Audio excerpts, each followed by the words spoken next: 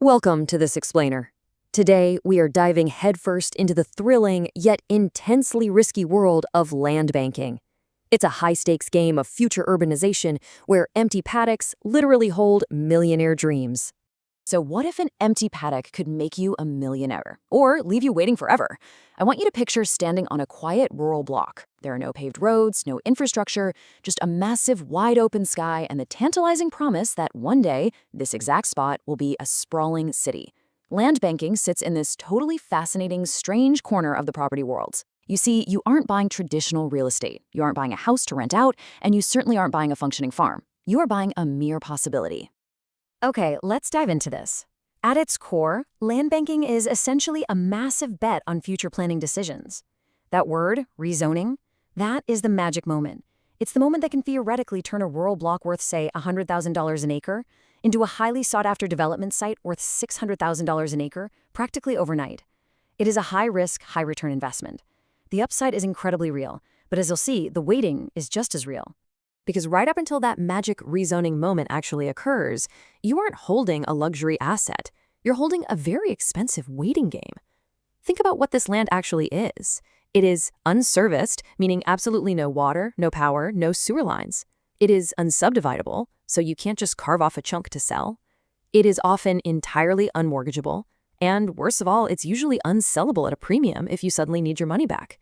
The land is locked in stasis, just frozen in time until the powers that be decide the city is ready to grow. And this brilliantly illustrates the two drastically different outcomes investors experience playing this game. First, we have the quick win. This is the absolute dream scenario. A precinct structure plan, or PSP, is finalized, developers are suddenly bidding high, and the investor is fielding offers way above their purchase price. But then you have the long wait. This happens when your land sits just barely outside that invisible PSP boundary.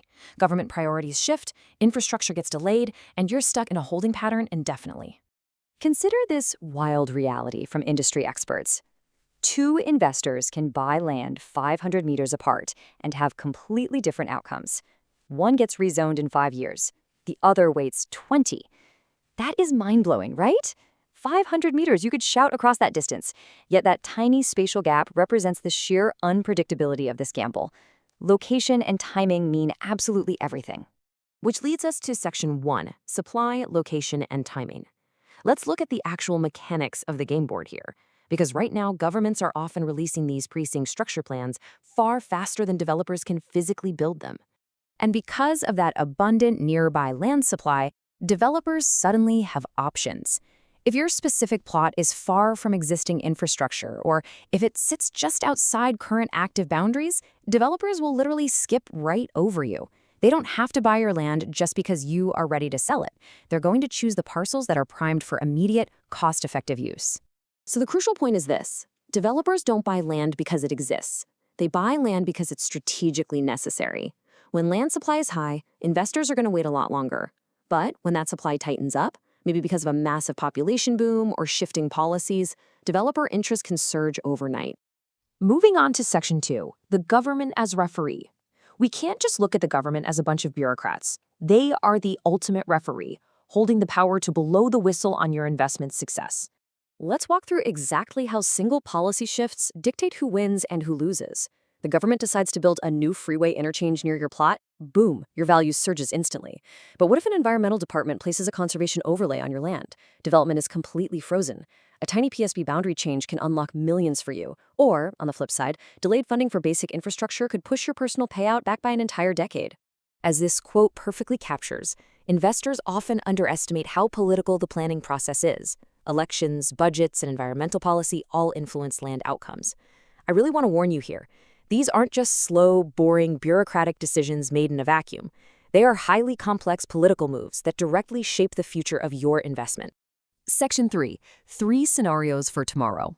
With all of these complex gears turning, what does the future actually hold?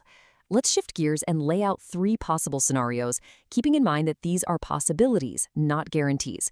Scenario 1 is the acceleration era. In this future, a massive population boom drives incredible demand.